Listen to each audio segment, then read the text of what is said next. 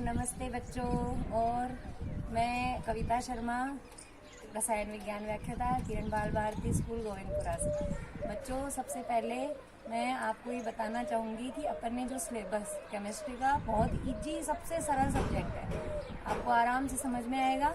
और इसमें क्या है, सबसे पहले पैटर्न समझो आप कि पेपर का अपना 12th क्लास का क्या पैटर्न है। अब इसमें क्या है बेटा, एक तो 30 नंबर का तो आपकी होगा प्रैक्टिकल, और 14 नंबर वो होंगे जो अपने स्कूल से जाएंगे 17 अंक के, मतलब 44 हो गए टोटल।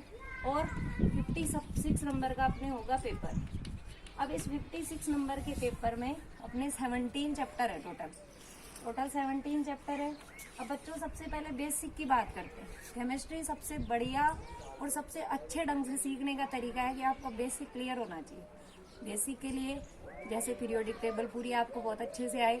इसके अलावा तुमने जैसे अपन ने 11th में चैप्टर 4 देखा था, chemical bonding and molecular structure, उसके बेसिस पे क्या है कि आप बॉन्ड बनाना सीखेंगे। तो अब मैं तुम्हें अपने जो चैप्टर सिलेबस का है, चैप्टर 9 कोऑर्डिनेशन कंपाउंड, उसके बारे में थोड़ा सा समझा दूं। चैप्टर 9 कोऑर्डिनेशन कंपाउंड, मार्क्स जो है चैप्टर के वो है बेटा 4 नंबर के। 4 मार्क्स का तुम्हारे ये चैप्टर है, और इसमें मेन इंपॉर्टेंट टॉपिक भी 4 ही है। क्या है चैप्टर अपना? Coordination compound. चैप्टर का नाम है कोऑर्डिनेशन कंपाउंड। सब जानते हैं मेनली केमिस्ट्री में 3 ही बॉन्ड तुमने पढ़े हैं, कोवलेंट बॉन्ड, आयोनिक बॉन्ड और कोऑर्डिनेशन बॉन्ड। अब कोवलेंट बॉन्ड की बात करते हैं। क्या होता है कोवलेंट बॉन्ड? जैसे सपोज करो ए और बी, ये 2 नाम के आदमी है, ए और बी, ए है और बी है। अब ए के पास में भी एक इलेक्ट्रॉन है और बी के पास में भी एक ही, तो दोनों ने क्या किया, दोनों ने अपना एक एक इलेक्ट्रॉन लगाया, इक्वल शेयरिंग कर ली और बना लिया एक बॉन्ड। इस बॉन्ड को अपन बोलेंगे कोवलेंट बॉन्ड। को का मीनिंग बिल्कुल कोऑपरेट करना एक दूसरे को, मतलब ए ने एक दिया है ना इलेक्ट्रॉन, तो बी भी एक ही देगा, तो दोनों का बिल्कुल इक्वल कंट्रीब्यूशन हो, वो बॉन्ड होता है कोवलेंट बॉन्ड। समझ गए? फिर उसके जैसे लुईस की थ्योरी तुमने पढ़ी थी, ऑक्टेट रूल पढ़ा था, ये सारा कोवलेंट बॉन्ड के लिए था। अब अपन बात करते हैं आयनिक बॉन्ड। आयनिक स्पीसीज में बनता है। आयनिक मीनिंग एक स्पीसीज है पॉजिटिव और दूसरी स्पीसीज है नेगेटिव, तो प्लस और माइनस के बीच में जो बॉन्ड बनेगा वो बॉन्ड होगा आयोनिक बॉन्ड। फिर अपन चलते हैं थर्ड और सबसे मेन इंपॉर्टेंट कोऑर्डिनेशन बॉन्ड पे। कोऑर्डिनेशन बॉन्ड क्या होगा? सपोज करो वही ए और बी की बात करें, बॉन्ड तो दोनों बनाना चाहते हैं, लेकिन इस बार क्या है, 2 जो इलेक्ट्रॉन अपने को चाहिए एक बॉन्ड बनाने के लिए, उसमें ए के पास में एक भी इलेक्ट्रॉन नहीं है। वो जो दोनों इलेक्ट्रॉन है ना इस बार, वो कोई एक ही स्पीसीज दे, तो अपनी डेफिनेशन क्या बन जाएगी कि ऐसा बॉन्ड जिसके फॉर्मेशन में केवल एक ही एटम पार्टिसिपेट करे। जैसे ये मान लो, सपोज करो ए ने ये दोनों इलेक्ट्रॉन दिए, बी के पास नहीं था, तो क्या होगा, ए ने अपने दोनों इलेक्ट्रॉन डोनेट करके बी के साथ बॉन्ड बना लिया, तो अपन क्या करेंगे, इसे एक एरो से शो करेंगे। एरो में ध्यान रखना है कि अगर ए ने इलेक्ट्रॉन दिए हैं बी को, तो एरो का माउथ वाला जो पार्ट होगा वो हमेशा रहेगा एक्सेप्टर की ओर, और इसका जो टेल वाला पार्ट होगा वो रहेगा डोनर की ओर।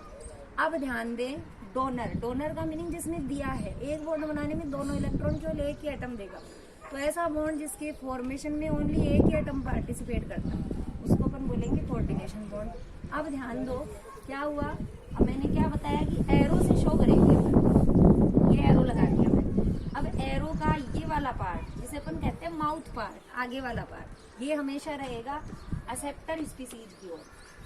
एक्सेप्टर स्पीसीज मतलब जो लेगी इलेक्ट्रॉन, और टेल वाला पार्ट, ये वाला पार्ट किसकी ओर रहेगा, डोनर। अब ध्यान दो बेटा, अपन बार बार इसे डोनर स्पीसीज नहीं कहेंगे या डोनर एटम नहीं कहेंगे, क्या कहेंगे? केमिस्ट्री में बिल्कुल सिंपल डेफिनेशन है, ऐसा एटम जो डोनर का काम करेगा उसे अपन केमिस्ट्री में कहते हैं लिगैंड।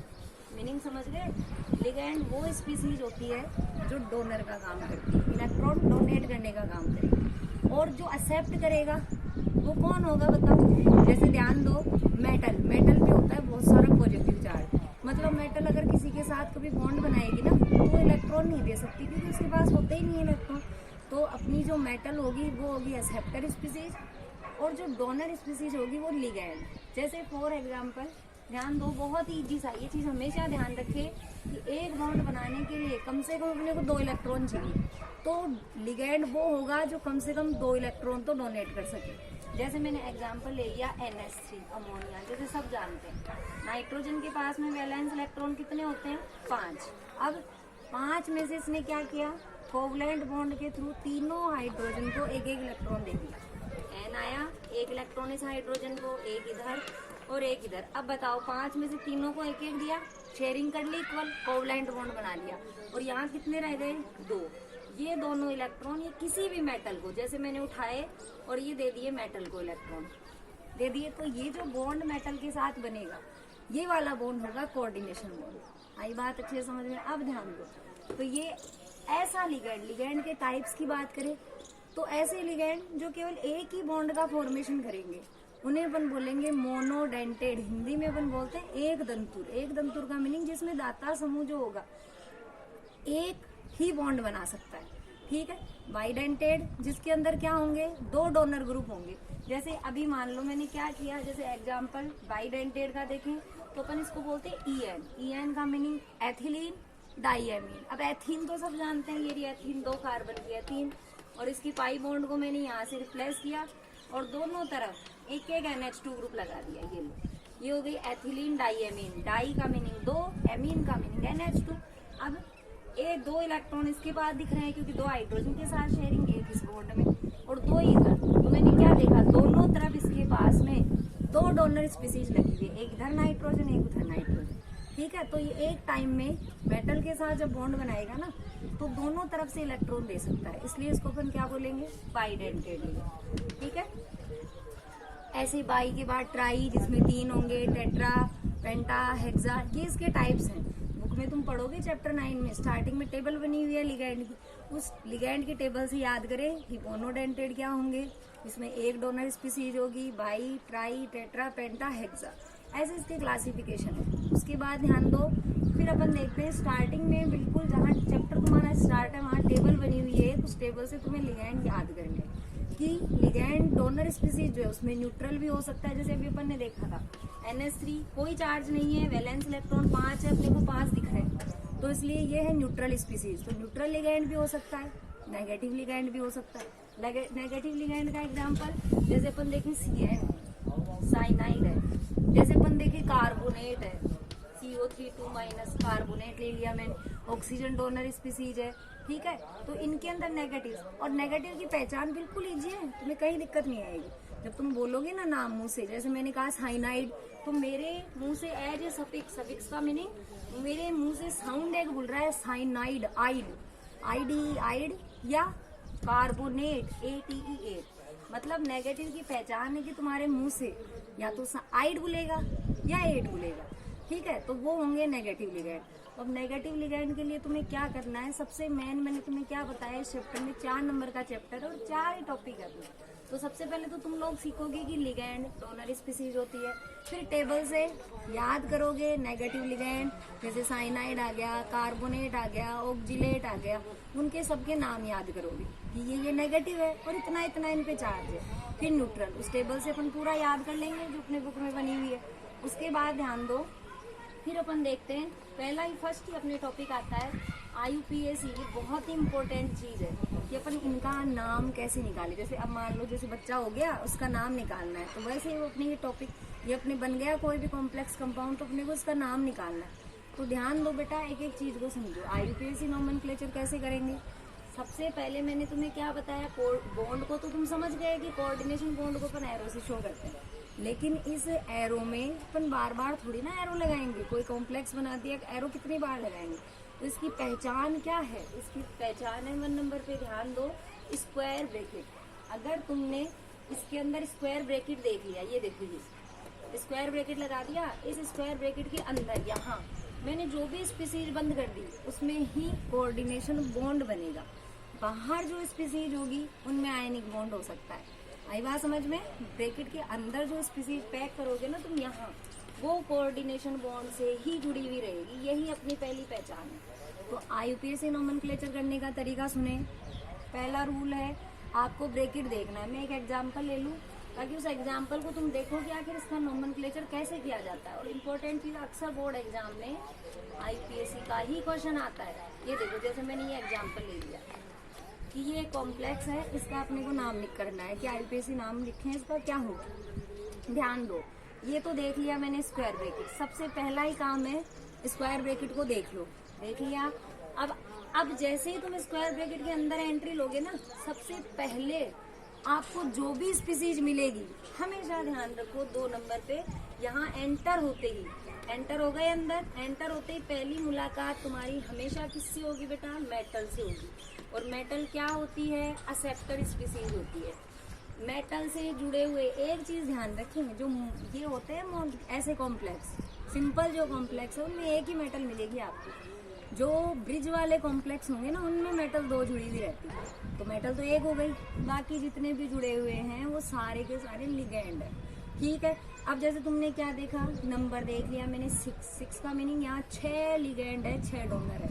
ठीक है, तो अब नोमेनक्लेचर करने के लिए मेरा रूल नंबर 1 हो गया, सबसे पहले स्क्वायर ब्रैकेट देखो। स्क्वायर ब्रैकेट के जस्ट बाद में बाहर वाली स्पीसीज, अपन बिल्कुल लाइन से चलेंगे, कहीं अंदर डिस्टर्बेंस नहीं।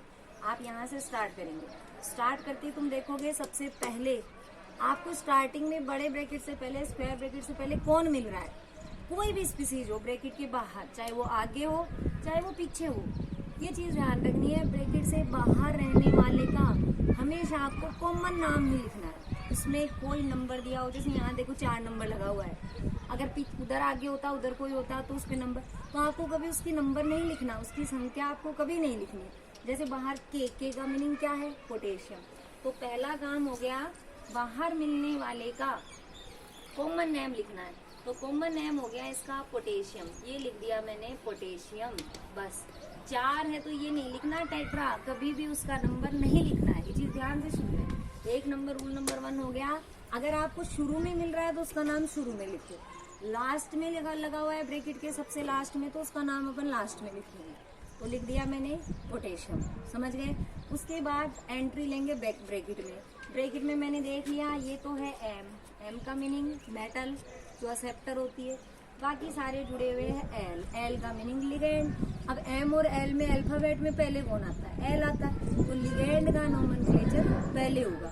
तो ध्यान दें, नाम लिगेंड का अपने को पहले लिखना है, तो पहले तो वो नंबर देखो कितना है, और नंबर देखने से पहले नाम लिखते अपने लिख दिया पोटेशियम। उसके बाद आप थोड़ा सा गैप दोगे, जैसे मैंने यहाँ लिख लिया पोटेशियम, और पोटेशियम लिखने के बाद अब आप गैप दोगे थोड़ा सा, क्यों देंगे, क्योंकि यहाँ बाहर जो बॉन्ड है वो आयनिक बॉन्ड है, और अब मुझे पता है जो बॉन्ड स्टार्ट होने वाला है वो कोऑर्डिनेशन बॉन्ड है। कोऑर्डिनेशन बॉन्ड आपको गैप शो नहीं करना, यहाँ से स्टार्ट करेंगे। अब जो भी चीज लिखोगे, चाहे वो लिगेंड का नाम लिखें चाहे मेटल का, गैप नहीं आएगा जरा सा भी।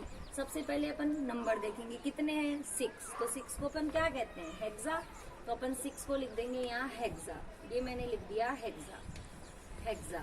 अब ध्यान दो, लिगेंड को पहचानो, इसके लिए मैंने आपको पहले ही कह दिया है कि वो टेबल आपको याद करनी है। लिगेंड आपको देखना है, वहाँ उसमें उसका आपको नाम मिल जाएगा CN, साइनाइड। और ध्यान देंगे, ये नेगेटिव लिगेंड है, नेगेटिव लिगेंड हो या न्यूट्रल हो, तो ध्यान दो, न्यूट्रल जैसे मान लो अभी यहाँ NH3 होता है इसकी जगह, या CO होता या EN होती, तो न्यूट्रल लिगेंड होगा तो उसका नाम आपको चेंज नहीं करना। जैसे ये एमीन है, एमीन ही रहेगा, ये कार्बोनिल है, कार्बोनिल ही रहेगा, ये एथिलीन डाइएमीन, ऐसे कैसे रहेंगे। तो ध्यान दो, न्यूट्रल लिगेंड के नाम में तो कोई भी चेंज नहीं होगा। लेकिन अगर लिगेंड क्या है, नेगेटिव, और नेगेटिव की पहचान मैंने पहले बता दी, या तो आइड होगा या एट होगा, तो आपको क्या करना है, अगर उसके नाम में आइड आता है, जैसे ये है साइनाइड, तो CYNIDE साइनाइड, तो तुम क्या करोगे, इस ID को हटाओगे और हटा के इसकी जगह पे क्या लगा दोगे, O, तो ये क्या बन जाएगा, साइनो। तो ध्यान दें, 6 लिखा, फिर CN, साइनाइड नाम नहीं है अब इसका नाम हो जाएगा साइनो, जो कि टेबल में दिए हुए हैं, सबके नाम के हटने के बाद क्या बन जाएगा वो, तो हेक्सा। उसके बाद में लिखोगे साइनो, तो मेरा नाम हो गया पोटेशियम, फिर आ जाएगा हेक्सा, और यहाँ आ जाएगा साइनो, समझ गए। ये हो गया इसका नाम कंप्लीट। अब आ जाओ, बिल्कुल लिगेंड का नाम लिखते ही अब लिखोगे मेटल।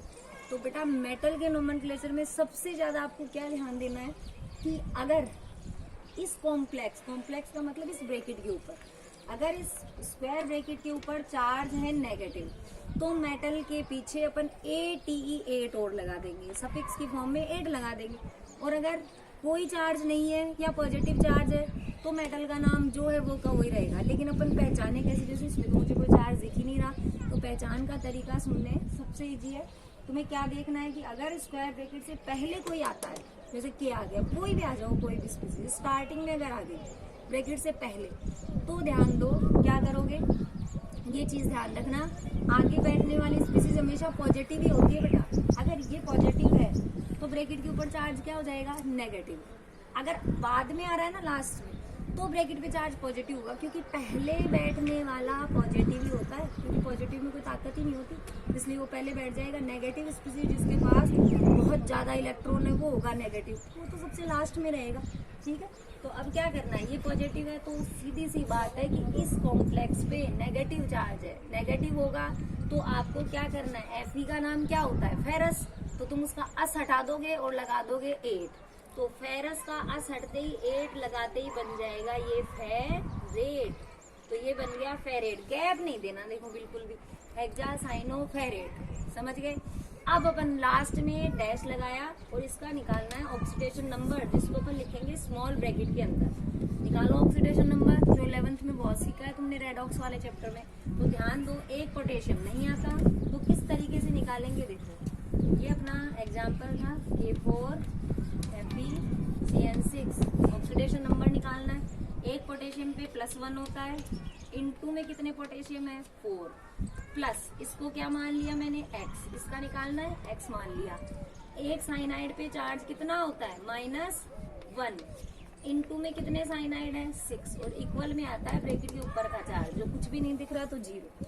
तो तुम जब इसको सॉल्व करोगे तो x = माइनस के 6 उधर जाके हो जाएंगे प्लस के 6, प्लस का 4 उधर जाके हो जाएगा माइनस का, तो आंसर आएगा 2। तो उस 2 को तुम्हें ऐसे नहीं लिखना है 2, उस 2 को तुम्हें लिखना है रोमन काउंटिंग में। रोमन काउंटिंग में ये लिख दिया मैंने सेकेंड, समझ गए। ये कंप्लीट हो गया अपने IUPAC, बहुत इजी है IUPAC नोमेनक्लेचर, इसका नाम निकाल दिया अपन ने, पोटेशियम हेक्सासाइनोफेरेट सेकेंड। अब ध्यान दो, ऐसा कॉम्प्लेक्स जिसमें सारे के सारे लिगैंड एक जैसे दिख रहे थे मुझे, 6 लिगैंड है, 6 के 6 CN ही है, तो ऐसा कॉम्प्लेक्स जिसमें सारे लिगैंड बिल्कुल सेम टाइप के होंगे उसे तो अपन कह देंगे होमोलेप्टिक। होमो का मीनिंग सेम है, होमोलेप्टिक। पर ऐसा कॉम्प्लेक्स आ जाए जिसमें लिगैंड ये अलग, जैसे ये 6 हो तो अलग अलग जुड़े हुए हो, 4 कोई और आ जाए, 2 कोई और आ जाए, और कोई मिल जाए, तो ध्यान दो उसे अपन कहेंगे हिट्रोलेप्टिक, जिसमें डिफरेंट टाइप के लिगैंड जुड़े हुए होंगे, वो होगा हिट्रोलेप्टिक। तो ध्यान दो हिट्रोलेप्टिक, जैसे मैं और एग्जांपल दे दूं एक तुम्हें, जैसे इधर देखें सभी, जैसे मान लो मैंने दिया यहाँ अंदर लगा दिया कोबाल्ट, यहाँ मैंने लगा दिए NH3 4 भी नहीं, ये लो 2 ही ले लेते हैं अपन, फिर H2O को ले लेते हैं 2, और कुछ ले लेते हैं अपन, CN भी ले लेते हैं 2, ठीक है। और अब इसके ऊपर चार्ज ले लो कोई, या रहने दो चार्ज, अपन कुछ भी लगा लेते हैं। मान लो जैसे मैंने ले लिया, ये उधर जा करके प्लस के 2 होंगे, तो मैं इसके ऊपर एक +1 ले लेती हूँ, प्लस, केवल प्लस, ठीक है।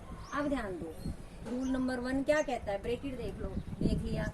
रूल नंबर 2 क्या कहता है, ब्रैकेट के अंदर चलो सबसे पहले मिल गया M, 1 2 3, 3 जुड़े हुए, तीनों की तीनों लिगैंड ही है, तो अपना पहला काम क्या है, ये देखो ये हिट्रो है, तो अब लिगैंड अलग अलग है, तो अब इनमें से मैं पहले किसका लिखूँ, इंग्लिश अल्फाबेट के अकॉर्डिंग लिखेंगे। NH3 का नाम क्या होता है बेटा, एमीन। H2 का नाम क्या होता है, एक्वा।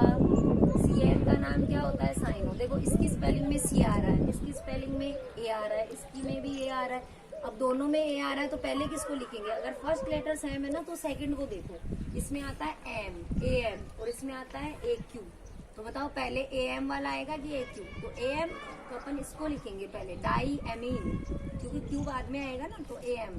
तो ध्यान दो, अब नंबर देख लिया 2 है, 2 को अपन कहते हैं डाई, स्टार्ट कर देंगे डाई, कितने डाई हैं, एमीन, फिर अपन लिखेंगे डाई, फिर दोबारा डाई, क्योंकि 2 दिख रहे हैं मुझे, एक्वा, फिर C स्पेलिंग में बाद में आता है तो C को सबसे लास्ट में, फिर लगाएंगे डाई।